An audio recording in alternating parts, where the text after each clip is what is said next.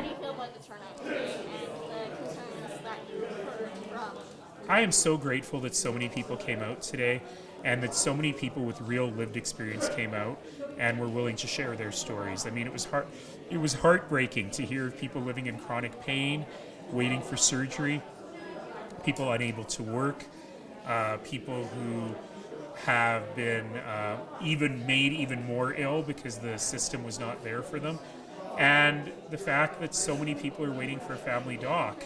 And right now there are 0 family doctors accepting new patients in Lethbridge. So I'm really grateful for it because it's important for me to hear these stories so that we can amplify them and try and make the system better. What are some ongoing trends you feel that people are usually facing in the healthcare crisis? Well, certainly we've heard a lot about the lack of family doctors. We've heard a lot about the lack of walk-in clinics, the wait times in the emergency room. But today we heard a lot about people waiting for surgery that we call elective, but is required for people to live their lives. This is stuff that we're hearing commonly across the province. But one of the challenges we have is that Lethbridge is the center for all of southern Alberta. So you have a million people, close to a million people requiring care here. And we just do not have the facilities or the capacity that's needed to look after all of these folks. What makes Lethbridge so different compared to the rest of the cities in Alberta, such as the big cities, Calgary and Edmonton, but also the other cities around? Right there is getting an extension on their hospitals, as well as Men's and Heck. Well, you know, Lethbridge is lucky that you've got a world-class regional hospital here. But it also means you've got to serve people from a really wide bit of geography. But the example that I keep giving is the UCP has been promising for years to build better cardiac services here in the Lethbridge Hospital. And they promised it before the last election and it didn't show up in the budget.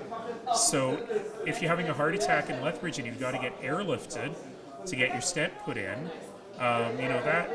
that's dangerous and that costs people's lives. We've got to be able to do a better job. A big thing that came up in all sorts of different ways is the funding and the budget and the spending on healthcare. What are your thoughts on what money isn't going in right now, and where could that money be coming from? Well, and I would love to say that there's a silver bullet that if we only reorganize or plug the dike here where it's leaking there, we'll be able to fix the problem. The fact is that the healthcare system has been chronically underfunded for a long time. And we need to put money in, but it's not astronomical sums of money. So for example, we pay about $6 billion a year in physician compensation, and the family doctors think another $200 million will solve the problem of family doctor compensation. But the government is unwilling to make these decisions. When I was mayor of Calgary, my job was always find the money. We're pretty good at finding money. But we can't deny the fact that there needs to be more money in the system, but also there needs to be a better system to put the money in. And that system has to be based on respect for the people who work in the system and listening to the experts. Something else that came up a lot is the fact that the NDP are the opposition. And so while, like you mentioned, there's a lot of work that can be done at the margins, what is some of that work that the NDP will look to be doing in the next few years? Ultimately, it's important that people have their stories heard. This government does not listen to its opponents very much, but it does listen to Albertans. And, the people of Lethbridge West have a great opportunity to send a message to the UCP by electing an NDP member of the Legislative Assembly in the by-election that will happen before the end of the year. But the government does listen to those kinds of messages. They do listen to the stories.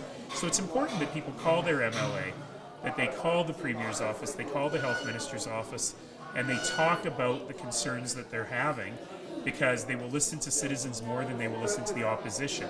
In the meantime, we are developing a platform for the future of healthcare that will be developed in conjunction with Albertans to create a better system for everybody when, knock on wood, we become the government in 2027. And beyond yourself as a politician, what was it like for you just as a person to hear these stories today? It's heartbreaking. I hear about the family who has a small child who's been in the hospital for 20 days and how their family doc is leaving, and the one nurse who the child bonded with at the children's hospital is moving to California. I hear about the people who own their own small business and the husband who's 46 years old after being in a car accident can't work and won't be able to get his hip replacement for 4 years. This is heartbreaking as a human being to hear, because you just want to help everybody.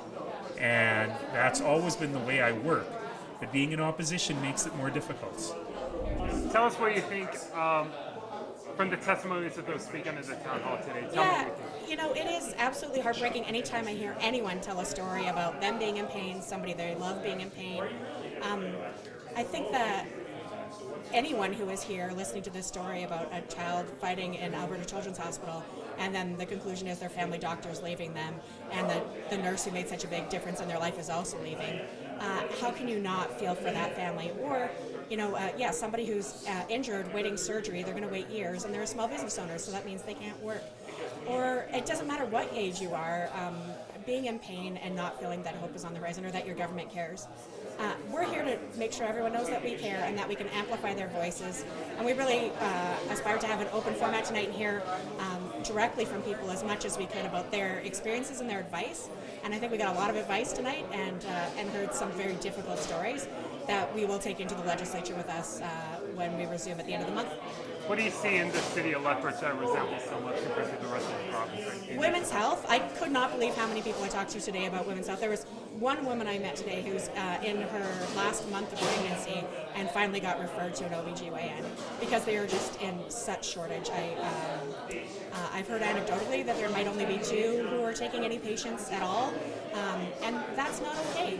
Telling somebody that you need to drive when public health care includes making sure that every person in the public can be able to access the services that they need.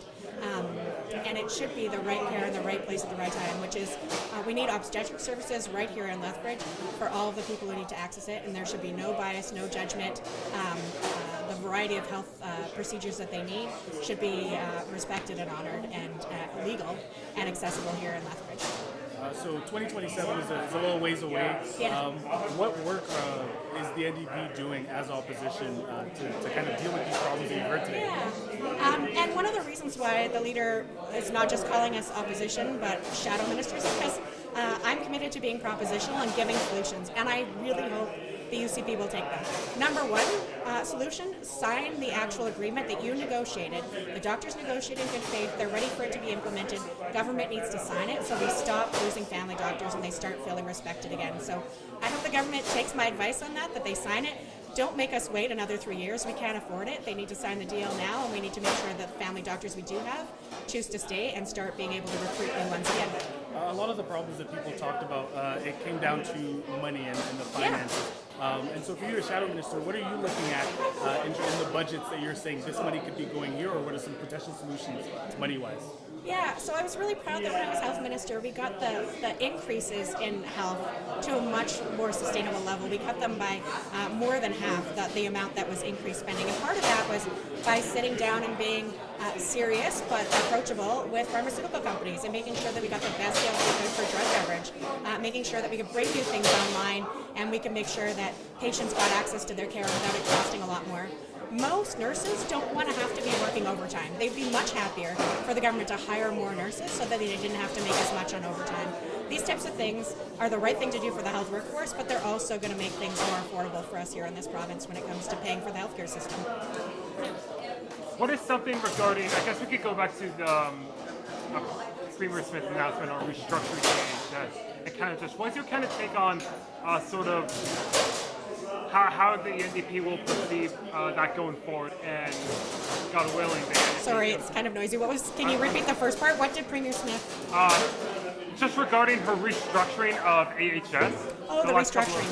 So what's your take on going forward with that, and if really if the NDP is elected in 2027, what would be the follow-up to that? Yeah, so we'll have to see how far it goes, to be very frank, because what she is proposing at this point is massive system overhaul. She knows it's not working.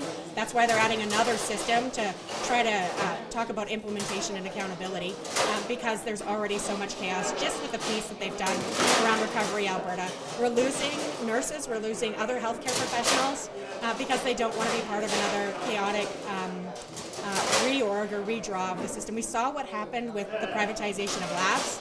when they stopped the building of the public lab that we were doing as a province. Then they decided to sell everything off to Dynalife. And then they had to buy back what they'd already sold from Dynalife and pay them more. And it caused chaos for patients. We know how the wait lists were incredible and unacceptable for lab results, and so much begins with getting that information. So they haven't handled major system transformation well so far. We will have to see where things are should we form the next government here in Alberta to be able to give as much stability and reliability that people right across this province. But everyone deserves the right care in the right place at the right time. Telling people to hop on the highway and drive to Calgary is unacceptable. I guess just from your perspective as Shadow Minister, is there anything that you've seen maybe that's positive that you can point to that the UCP government has done so far in healthcare? So I am really excited that we're looking at expanding the med schools from the U of A to Grand Prairie and from U of C here to Lethbridge. I wish I saw some more urgency and alignment of their resources to make it happen quickly. At this point, I'm not confident that it'll be ready for next year. It should be ready for next year. We should be training med students right here in Lethbridge. That's the best chance we have of getting more doctors in southern Alberta, is to train them in southern Alberta. So I think it's a good initiative, but if I was minister, we'd be putting lots of money and focus into making sure it happens quickly, because we want them to actually stay. But you also need to sign that agreement so they will stay, because if you're just going to train them here, have chaos in the system, and then move to BC, that's not good for us either. But I will say expanding med school spaces to Lethbridge is a good step.